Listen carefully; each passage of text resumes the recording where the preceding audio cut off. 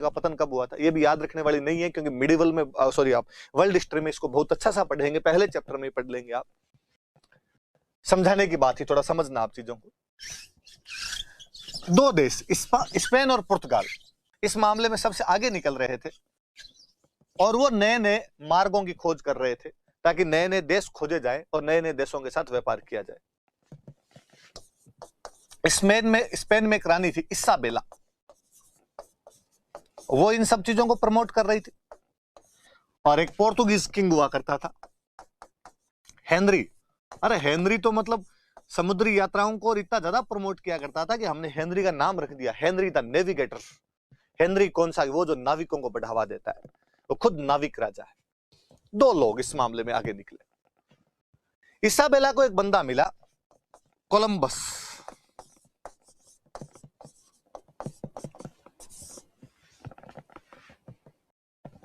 Henry को एक बंदा मिला बार्थोलोम्यू डियाज।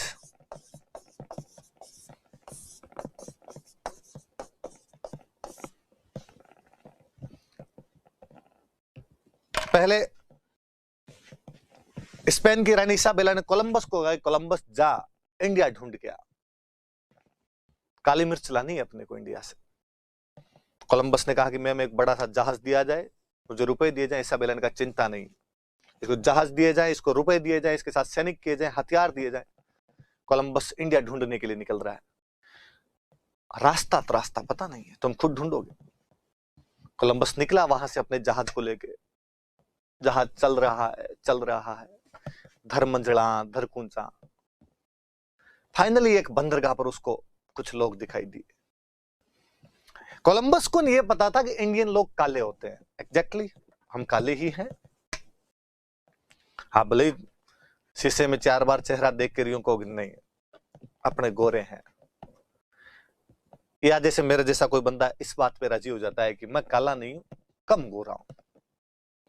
पर हमें दुनिया तो काला ही मानती है कि दुनिया में 3 ही प्रकार की ब्रीड है, या तो गोरे हैं यूरोपियन लोग, या काले हम और अफ्रीकन, या पीले चाइनीज कोरिया जापानीज जो है ये लोग हैं। उसे ये पता था यार काले लोगों का देश है। एक बंदरगाह पर उसे खूब सारे काले लोग दिखाई दिए। उसने कहा जहाज रोको यही इंडिया आ गया। उतर के पूछा साहब ये इंडिया है? लोगों का ना इट्स अमेरिका। उसे लगा गलत आ गए। उसको पता चला कि इंडिया ईस्ट में था, हम वेस्ट में आ गए। अब कोई नहीं, हमारे लिए तो ये इंडिया है। इसलिए उस वेस्ट वाले को भी इंडिया नाम दे दिया गया, जिसे अब हम वेस्ट इंडीज कहते हैं। कोलंबस उस साइड के अंदर चला गया था। हम कहते हैं उसने अमेरिका की खोज कर दी थी। बार्थोलोम्यू डियाज निकला वहां से। बार्थोलोम्यू डियाज अफ्रीका की तरफ आ गया। अफ्रीका के एकदम नीचे वाले एक टिप,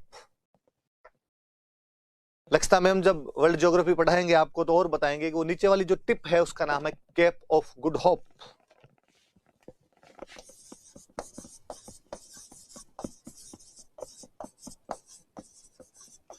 उस केप ऑफ गुड होप तक पहुंच गया और वहां उसने जाके देखा, उस केप ऑफ गुड होप पे जाके देखा कि वहां कुछ इंडियन रहते हैं, कुछ जहाजें खड़ी है इंडिया की। उसने पूछा तुम कहां से आए? तो अपने नाम कहा हम इंडिया से। कैसे इधर? उनका हम व्यापार वगैरह करने के लिए आते रहते हैं, ज्यादा नहीं पर थोड़े बहुत लोग तो आते ही रहते हैं। उसने कहा यार मुझे भी इंडिया ही जाना था, इंडिया ढूंढने के लिए निकला हूं, चल हमारे साथ चल। उसने कहा अब मुझे टाइम हो गया काफी घूमते घूमते, पीछे लुगाई टाबर भी है, पर मैं जाके हमारे किसी बंदे को भेजूंगा, उस बंदे को आप इंडिया ले जाओगे? अपने वालों का पक्का तैयार बैठे हैं, हमारे काम ही क्या है, पीछे पीछे जहाज लेके आ जाएगा। बार्थोलोम्यू डियाज 1487 में अपने काम की ज्यादा बात है, कैप ऑफ गुड होप की खोज कर देता है। अफ्रीका महाद्वीप में सबसे नीचे वाला जो हिस्सा है कैप ऑफ गुड होप, वह केप जहां से अच्छी आशा नजर आई, वह जगह जहां से गुड होप नजर आई इंडिया जाने की, इसलिए कैप ऑफ गुड होप है। तो सबसे पहले भारत में यदि कोई आने वाले थे तो पोर्तुगीज थे, क्योंकि पुर्तगालियों ने केप ऑफ गुड होप से इंडिया आने का रास्ते का पता लगा लिया था वहां से। तो भारत में आने वाले सबसे पहले कोई यूरोपियन थे तो वो कौन थे? पोर्तुगीज थे। ये इंपॉर्टेंट नहीं, समझाने वाली सी बात थी, आप समझ लेना, अपने काम की बात यहां से शुरू होती। सबसे पहले पुर्तगाली आए।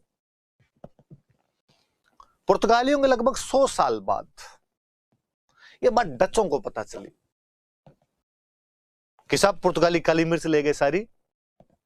इस बार डच, हॉलैंड के लोगों को डच कहा जाता है। जिन अंग्रेजों ने हम पर राज किया था, वो अंग्रेज तो तीसरे नंबर पर आए हैं यूरोपियन में। उनसे पहले तो पोर्तुगीज और डच आ गए थे, तीसरे नंबर पर अंग्रेज आए। अंग्रेजों के साथ साथ में डेनिस आ गए। डेनमार्क के जो लोग थे उनको हम डेनिस कहते हैं, डेनिस आ गए। यूरोप का सबसे महत्वपूर्ण देश हुआ करता था फ्रांस, थोड़े लेट जागे तो फ्रेंच आए। सबसे लास्ट में आए थे स्वीडिश। याद रहे, प्रीलिम्स का क्वेश्चन बनता है कि भारत में यूरोपियन कंपनियों के आने का ऑर्डर क्या था, पहले कौन आए, बाद में कौन आए, बाद में कौन आए। सबसे पहले आए Portuguese, then Dutch, then English, then Danish, French और स्वीडिश। अंग्रेजों के ऊपर भी डे, नीचे भी डे। अंग्रेज तीसरे नंबर पे आए।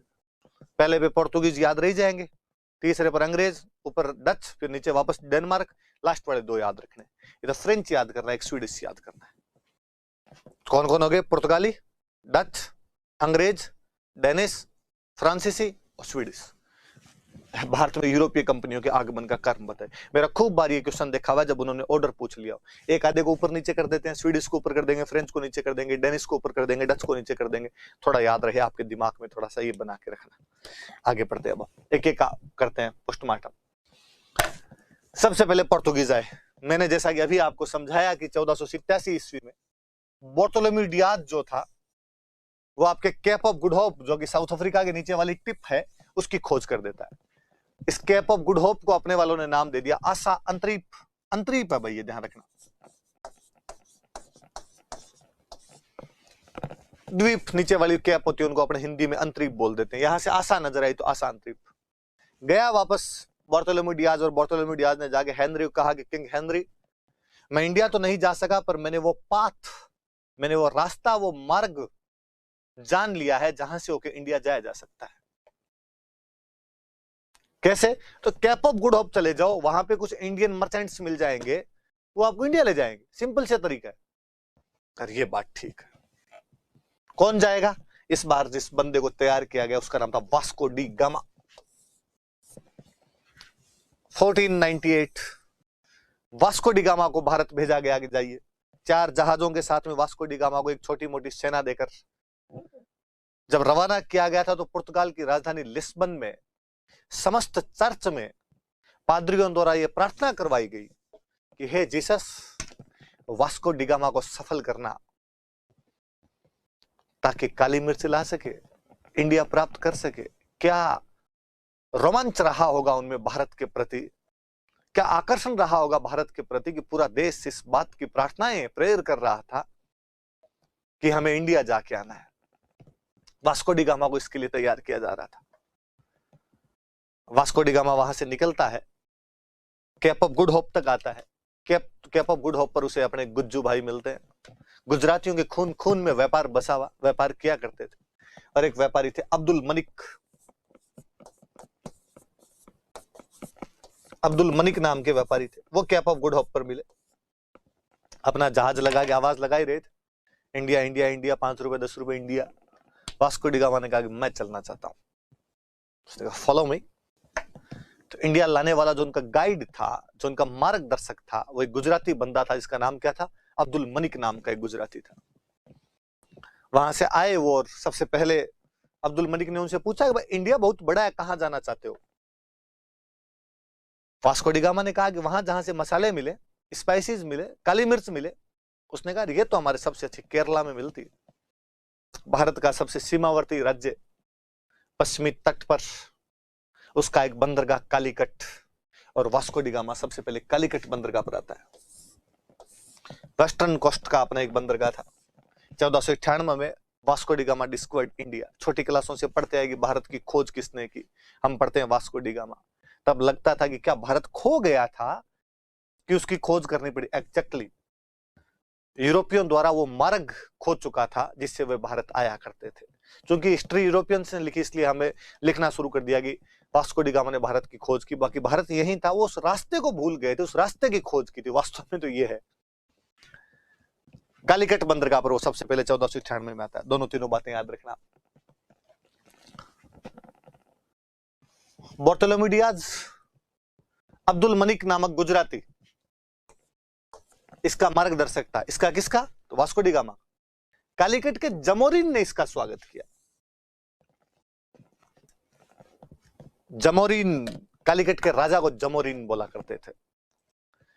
जैसे मैं कहूं कि दिल्ली के राजाओं को मुगल बादशाह कहा जाता था, या उससे पहले उन राजाओं को सुल्तान कहा जाता था, या मैं कहूं कि मेवाड़ के राजाओं को राणा कहा जाता था, या जैसलमेर के राजाओं को महारावल कहा जाता था। टाइटल होता है। वैसे ही वहां पे राजा को बोलते जमोरिन थे। जैसे रसिया में राजा को बोलते जार, वैसे कालीकट में राजा को बोलते जमोरिन। हमें नाम नहीं पता क्या है, जमोरिन इसका टाइटल है। जमोरिन को जब पता चला कि गोरा बिजनेस करने के लिए आया हुआ है, तो अपने वाले खूब राजी होते कि कोई बाहर से आता तो अपने वाले लगता गिफ्ट लाएगा। हालांकि जमोरिन वास्को डी गामा के गिफ्ट से राजी नहीं हुआ था। वास्को डी गामा को साधारण से 2-4 बर्तन ये लेके आया था। जमोरिन ने कहा क्या लेके आए, पर जमोरिन स्वागत करता है दिल खोल के, पधारो हमारे देश।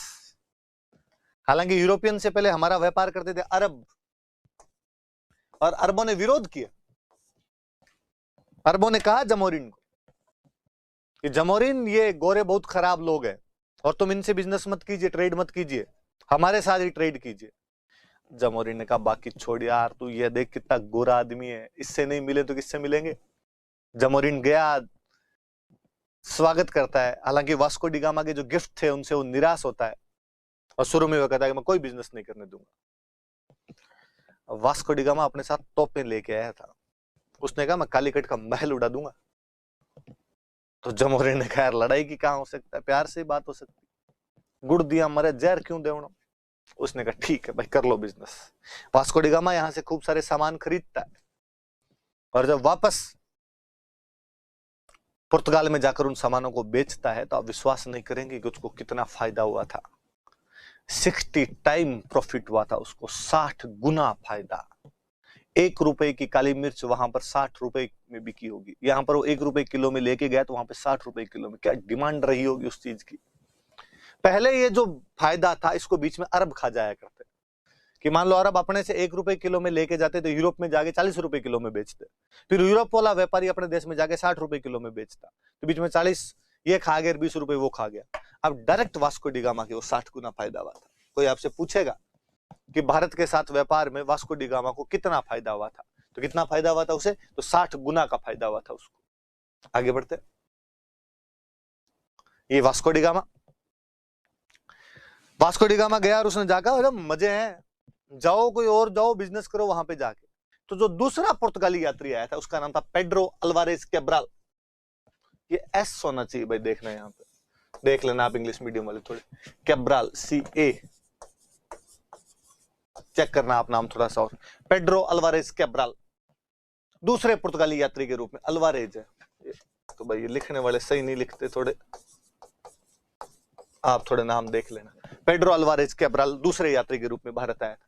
नाम याद रहे आपके, क्योंकि पहला पुर्तगाली यात्री कौन था ये हम तीसरी क्लास से पढ़ने लग जाते हैं, वास्को डी गामा। इसलिए मुझे नहीं लगता कि वो RS के लेवल का क्वेश्चन वो पूछ ले आपसे, पर वो ये तो पूछ ले कि दूसरा पुर्तगाली यात्री कौन था, वास्को डी गामा को फॉलो कौन कर रहा था, वास्को डी गामा के बाद आने वाला पुर्तगाली यात्री कौन था, तो वो था पेड्रो अल्वारेज कैब्राल।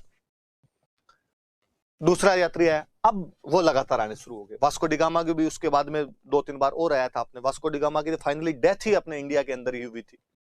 अब उनका सिस्टम क्या कि वो यहाँ पे आते, सामान खरीदते, वापस जाते, फिर आते, फिर सामान खरीदते, वापस जाते।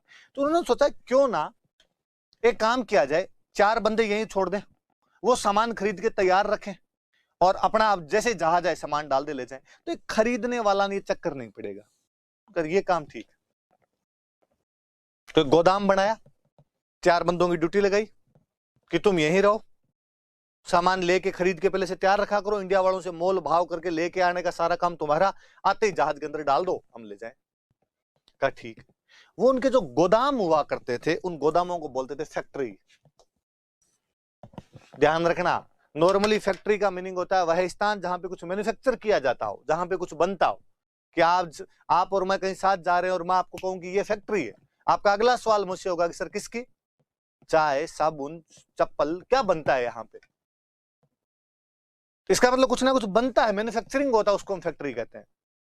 पर अगले कुछ दिनों तक जब हम मॉडर्न इंडिया पढ़ेंगे, मैं जहां जहां फैक्ट्री बोलूं उसका मतलब है गोदाम, कि वहां पे सामान स्टोर करके रखते थे ये लोग अपना। तो इन्होंने अपनी पहली फैक्ट्री जो लगाई वो कोचीन के अंदर पहली फैक्ट्री लगाई। केरला में कोचीन पड़ता है आपके। कालीकट और कोचीन एक दूसरे की प्रतिद्वंदी रियासतें हुआ करती थी, ओपोनेंट प्रिंसली स्टेट हुआ करते थे। तो शुरुआत में भले बिजनेस इन्होंने अपना कालीकट से शुरू किया होगा, पर बाद में कोचीन वाले राजा ने इनको कहा कि इधर आओ यार, मैं पूरी सुविधाएं दूंगा। तो इन्होंने 1503 में कोचीन में अपनी पहली फैक्ट्री लगा ली थी। याद रखना, क्या काम है फैक्ट्री वालों का? फैक्ट्री में यहाँ पे 5-7 बंदे रहते हैं उनके यहाँ पे, और वो जो है वो सामान इकट्ठा करके तैयार रखते हैं। अब जैसे ही उनका एक्सप्लोरर आता है इधर, उसको सामान डाला, वो सामान ले गया। पर अब दूसरे लफड़े में, जब कोई सामान खरीदने के लिए जाता है मार्केट के अंदर, इंडियन से मोल भाव करता है, तो कई बार उनमें आपस में झड़प हो जाती, लड़ाइयां हो जाती। इंडियन ने पैसे नहीं दिए या उसने पैसे नहीं दिया, आपस में मारपीट हो गई, मुकदमा चला तो अंदर ले जाके जेल में डाल दिया इनका जो बंदा था उसको। या जिस क्षेत्र में जाते वहां का जो भी जमींदार लैंडलॉर्ड होता, या वहां का जो भी कोई राजा होता, वो टैक्स बढ़ा देता, चलता है टैक्स बढ़ा देता। अब इनको एक ऐसे आदमी की आवश्यकता थी उस फैक्ट्री में जो इनके पॉलिटिकल काम भी कर सके। राजा से जाके बात करनी, मुकदमा हो गया तो छुड़वाना किसी को जाके, टैक्स कम करवाने, इन सब चीजों की बात करने के लिए एक बंदा चाहिए। कि फैक्ट्री में बाकी सब तो ट्रेड से संबंधित लोग हैं, एक बंदा तो ऐसा हो जो पॉलिटिकल चीजें भी तो देखे। यार बात सही है। तो 1505 से इन्होंने अपना एक बंदा इन कामों के लिए अपॉइंट करना शुरू किया, जिसको ये बोलते थे गवर्नर। और 1505 में इन्होंने जो अपना पहला गवर्नर बनाया था उसका नाम था Francisco de Almeida. Francisco de Almeida नाम का व्यक्ति था, वो इनका पहला गवर्नर था। मैं पूछूं पुर्तगालियों का पहला यात्री कौन था, आप कहोगे वास्को डी गामा। मैं कहूं पुर्तगालियों का दूसरा यात्री कौन था, पेड्रो अल्वारेज कैब्राल। मैं कहूं पुर्तगालियों की पहली फैक्ट्री कौन सी थी, कोचीन 1503। पुर्तगालियों का पहला गवर्नर कौन था, फ्रांसिस्को डी अल्मेडा 1505। ये नाम याद रखना थोड़ा, ये पहला गवर्नर था अपना। 1505 के अंदर इसको यहां पे लेके आए थे। 1505 से 1509 तक ये रहा। 1509 में एक नया गवर्नर भारत में आता है, अल्फांसो डी अल्बुकर्क। ये अफांसो नहीं है भाई, अल्फांसो।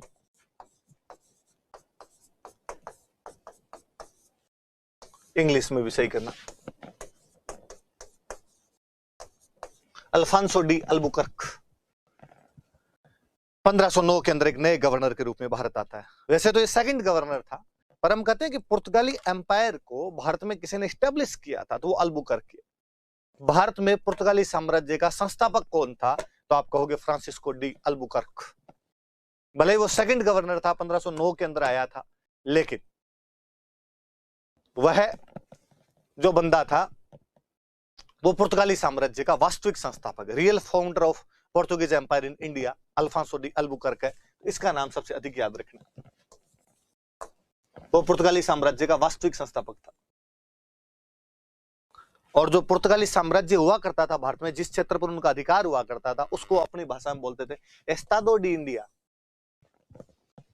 तो कोई पूछेगी एस्तादो डी इंडिया क्या था, तो भारत में जो पुर्तगाली एम्पायर था, जितनी लैंड पर उनका कब्जा था, जिन क्षेत्रों पर उनका कब्जा था, उसको क्या बोलते थे, तो एस्तादो डी इंडिया बोला करते थे। रियल फाउंडर कौन है, अल्फांसो डी अल्बुकर्क। और ये जो भी उनका क्षेत्र है, टेरिटरी जो भी है, उसको क्या बोलते हैं, तो एस्तादो डी इंडिया बोला करते थे। अच्छा, आप अल्बुकर्क को रियल फाउंडर क्यों मानते हो भाई? अल्बुकर्क ने ऐसा क्या किया, विस्तार किया अल्बुकर्क ने।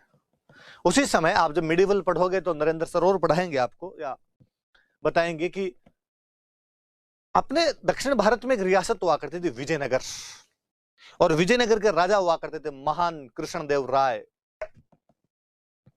अंग्रेजों ने कृष्णदेव राय को, सॉरी पुर्तगालियों ने कृष्णदेव राय को जाके कहा कि यार हमें भटकल में फैक्ट्री लगानी है। उसके राज्य में एक जगह थी भटकल, आप पता हो तो एक टेररिस्ट बीच में पकड़ा गया था यासीन भटकल, कि मैं भटकल में फैक्ट्री लगाने दे। कृष्णदेव राय की उसमें बीजापुर वालों के साथ लड़ाई चल रही थी। बीजापुर के राजा हुआ करते थे यूसुफ आदिल शाह, तो बीजापुर वालों के साथ उसकी लड़ाई चले। उसने कहा कि यार मैं आपको भटकल में फैक्ट्री लगाने दूंगा, पर मेरा एक काम आपको करना पड़ेगा।